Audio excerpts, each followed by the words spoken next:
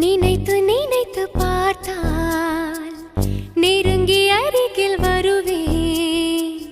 உன்னால் தானே நானே வாழ்கிறேன். ஓ, உன்னில் என்று என்னை பார்க்கிறேன். எடுத்து படித்து முடிக்கும் முன்னே எரியும் கடிதம் உனக்கு தந்தே. உன்னால் தானே நானே